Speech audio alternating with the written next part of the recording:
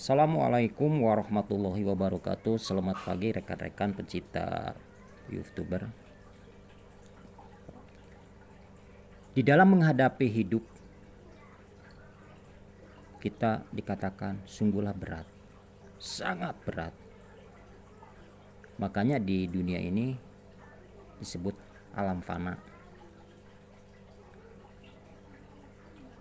Kita mengatasi ekonomi, kadang-kadang kita lagi usaha hancur, rumah tangga cerai, kurang harmonis, anak nakal. Banyaklah permasalahan yang menimpa dalam kehidupan kita. Bahkan dengan kejadian kehidupan ini yang serba salah, serba pahit, serba ketir, hampir kita terjadi putus asa. Tidak sedikitlah orang bunuh diri karena frustasi. Nah, di sini kita berpikir jernih. Apa masalahnya dan kendalanya apa? Penyakitnya apa? Penyebabnya apa? Di sini saya akan bercerita cerita saya sendiri, pengalaman saya sendiri. Saya dengan berpegang teguh satu, yang benar-benar mencintai kita hanyalah Allah. Itu aja targetnya. Enggak, yang mencintai itu ibu dan bapak, antar ibu dan anak. Enggak sedikit orang tua yang dibunuh sama anak, dan tidak sedikit anak yang dibunuh oleh orang tua. Banyak perselisihan, baik waris, masalah, itu dengan saudara.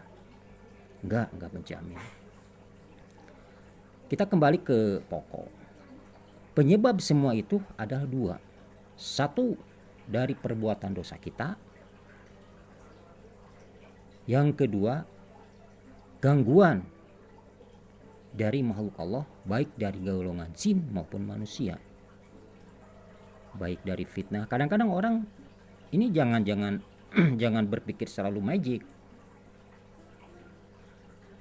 Orang yang hasad itu nggak perlu kita main ke paranormal, ke dukun, wah disantet, enggak. Kadang-kadang kita lagi usaha, kita difitnah, itu juga udah suatu perbuatan manusia, hasud dan hasad.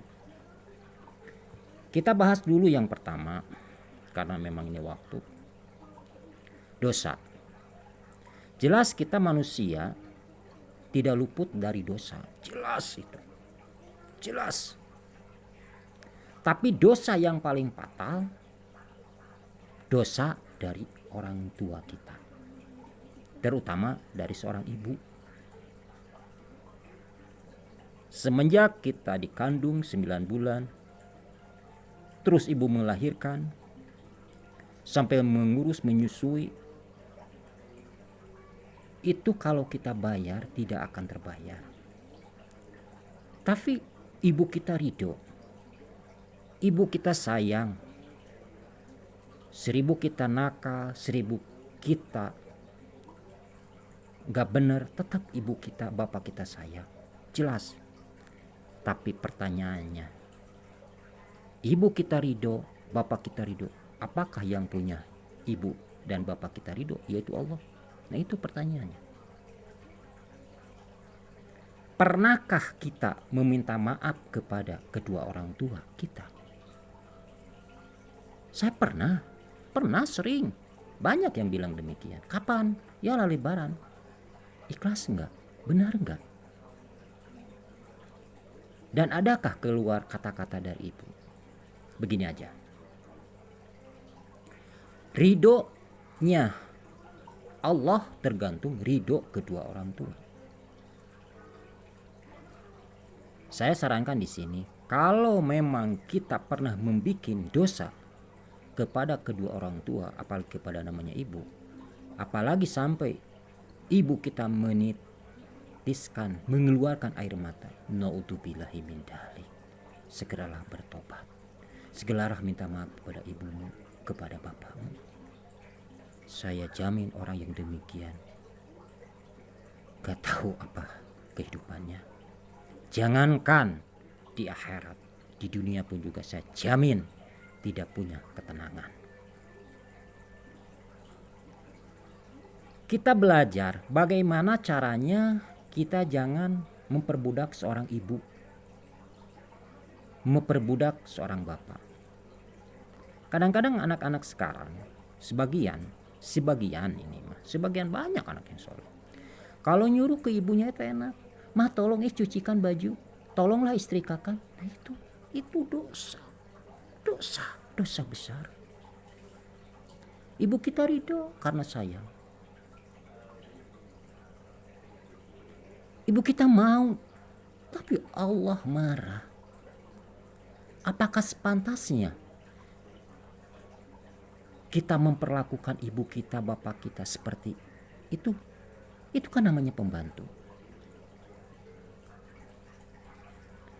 Pernahkah kita ada basa-basi sopan santun?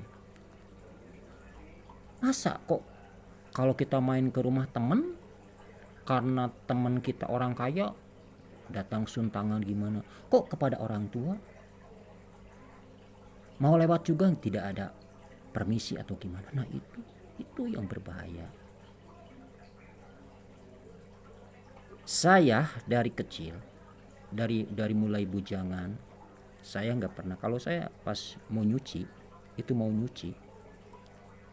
kelihatan ibu saya mau ngambil. Bu, jangan, ibu bukan pembantu. Saya kalau mau merokok kadang-kadang pas ada keponakan, saya nanya keponakan saya, Bu, mana si Anu? Emangnya mau apa? Mau nyuruh beli rokok? Sama ibu aja. Enggak Bu, enggak perlu. Kita tanamkan menghargai orang tua. Kalau kita menghargai orang tua, insya Allah kita akan dihargai oleh orang lain. Yang paling bahaya, ini kebanyakan kita udah rumah tangga, pas udah punya anak, mau 2 mau 3, pas orang tua kita udah tua, kita nitipkan anak seenaknya. Mah, Bu, titip anak, saya mau ke sana, mau ke sini. Na'udzubillahi min dzalik. Nah itu. Cobalah dari sekarang. Jadikanlah kedua orang tuamu sebagai keramat. Jadikanlah ibumu sebagai keramat. Karena ibumu adalah perwakilan dari Allah Subhanahu wa ta'ala. Mungkin itu yang mengakibatkan hidup kita serba salah, ekonomi kita hancur-hancuran. Mungkin karena itulah orang menjadi putus asa. Karena kembali lagi, dosa yang paling utama itu dari orang tua. Oke lah, dari orang lain kita bisa maaf. Tapi kalau dari orang tua itu fatal. Apalagi mencoba memberani membentak orang tua. Jangan harap hidup kita akan mendapat kesenangan. Jauh itu. Kalau yang sudah merasakan saya mau memang udah bersalah, tidak ada salahnya kita meminta maaf dari sekarang. Masih ada waktu toh. Meminta maaf. Basuhlah kaki ibu, basuhlah kaki bapak, meminta maaf. Ibu, bapak, selama ini aku berbuat salah, berbuat dosa, memperlakukan ibu dan bapak sebagai pembantu. Maafkanlah. Karena kalau ibu dan bapak tidak memaafkan saya, sungguhlah saya sebagai anak yang malang dan durhaka. Bukakanlah pintu maaf untukku. Ucapkanlah dari bibirmu kata-kata itu.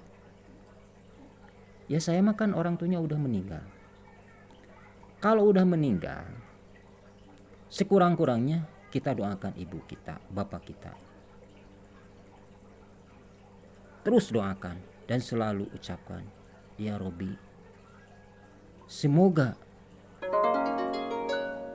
Engkau memaafkan dosa hamba dari kedua orang tua hamba. Saudara, ibu dan bapak, itulah kunci kehidupan. Yang pertama, tanamkanlah dulu bagaimana memperlakukan kedua orang tua kita kalau kita ingin bahagia. Sekian dan terima kasih. Mohon maaf bila ada kata-kata yang dapat menyinggung perasaan ibu dan bapak. Wassalamualaikum warahmatullahi wabarakatuh.